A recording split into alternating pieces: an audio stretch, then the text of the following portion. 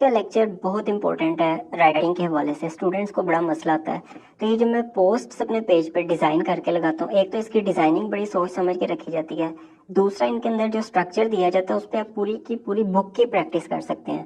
پہلے ڈیزائننگ پہ بات کر لیتے ہیں. جس طرح یہ میں نے ایک فارمولا لکھا ہے، اس میں آپ دیکھ سکتے ہیں کہ 2 ورڈز کا کلر بلو رکھا گیا، باقی ریڈ ہے. تو یہ بلو میں جو ہے یہ ایک تو ایڈجیکٹو ہے ہارڈ، اور دوسرا یہ ورب ہے اسپیک. اب یہاں پہ بھی سینٹینس میں پورا بلیک ہے، لیکن اس کا ہارڈ ریڈ ہے اور اس کا اسپیک ریڈ ہے، یعنی کہ یہ ورب بتایا گیا اور یہ ایڈجیکٹو بتایا گیا ہے. تو اسی طرح یہاں دوسرے والے سینٹینس میں بھی یہی ہے.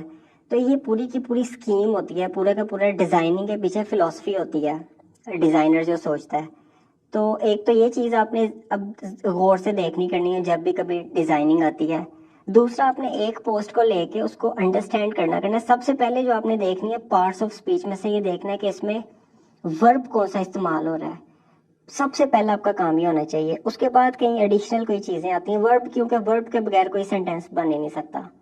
تو ورب ہم نے دیکھ لیا. آپ نے کیا کرنا ہے، گوگل پہ جانا ہے، لسٹ آف وربس نکال لینی ہے، اور یہاں پہ ایڈجیکٹو استعمال ہوا ہے تو لسٹ آف ایڈجیکٹوز نکال لینی. باقی تو وہی اسٹرکچر ہے. باقی اٹ از ٹو وہ تو ساتھ ساتھ لگے گا، اور فار می ساتھ ساتھ لگے گا.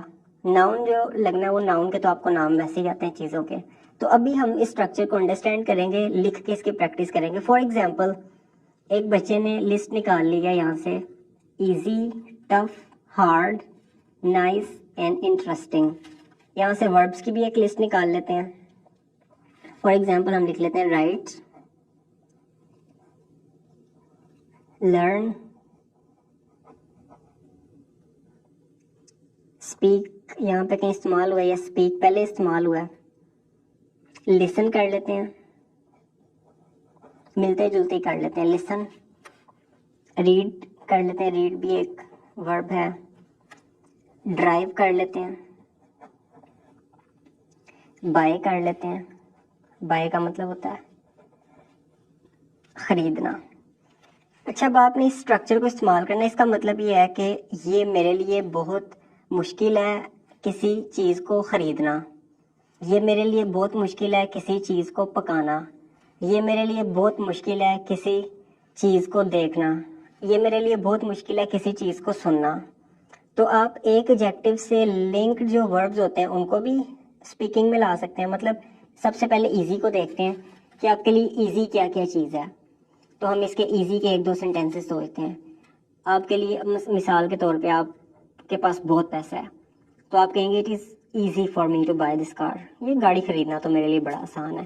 تو آپ سینٹینس کیا لکھیں گے، پریکٹس اب آپ کاپی کے اوپر کر رہے ہیں. میری ایک پوسٹ کے اوپر آپ پورا کا پورا 20-25 سینٹینسز بنا کے پریکٹس کرنے لگے ہیں. اٹ از ٹو، یہ اسی طرح ہی آ گیا. It is too easy. اب ایزی کس کے لیے؟ فار می، یعنی کہ فار یو. اگر آپ نے کسی دوسرے بندے کو کہنا ہے تو آپ اس کو فار یو کہیں گے، لیکن ابھی تو آپ اپنی بات کریں. اٹ از ایزی فار می. کیا ایزی ہے آپ کے لیے؟ ٹو بائی دس کار. اب یہ جگہ ذرا کم ہے تو میں آپ کو بس سمجھانے کے لیے یہ کام کر رہا ہوں. اب ٹف کیا کیا آپ کے لیے؟ It is tough for me to learn English. It is tough for me to write in English. It is tough for me, it is difficult for me to listen you.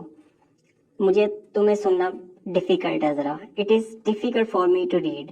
باقی کیوں ہے وہ because لگا کے آپ کر سکتے ہیں. Because the text is too small. کیونکہ ٹیکسٹ جو ہے وہ بڑا small لکھا ہوا ہے. It is too difficult for me to drive the car on slippery road. Us slippery road کے اوپر گاڑی چلانا میرے لیے بڑا مشکل ہے. تو ہم نے ڈیفیکلٹ کو لے لیا، اس کو ایزی کو لے لیا. اب نائس کو لے لیتے ہیں. It is nice for me to visit your party. میرے لیے بڑا اچھا ہے کہ میں تمہاری پارٹی کو وزٹ کروں. It is interesting for me to have a meeting with you. یہ میرے لیے بڑا انٹرسٹنگ ہے کہ میں آپ کے ساتھ میٹنگ لوں. یہ بھی ایک اسٹرکچر تھا. یہ جو میں نے ابھی اسٹرکچر ہائی لائٹ کیا نا، وہ یہ والا اسٹرکچر تھا. جو نیچے والا یہ ایک میں نے امریکن کتاب سے لیا. کتاب وغیرہ پڑھتا ہوں، کہیں پہ کوئی اسٹرکچر اچھا لگتا ہے اس کو میں کاپی کرتا ہوں، اس کے اوپر ایک آدھی پوسٹ ڈیزائن کر دیتا ہوں. تو یہ دوسری طرح آپ کئی طریقوں سے کوئی ایک بات کو کہہ سکتے ہیں، لیکن اس اسٹرکچر کو آپ انڈرسٹینڈ کریں. اب اسی طرح دوسرا اسٹرکچر ہے یہ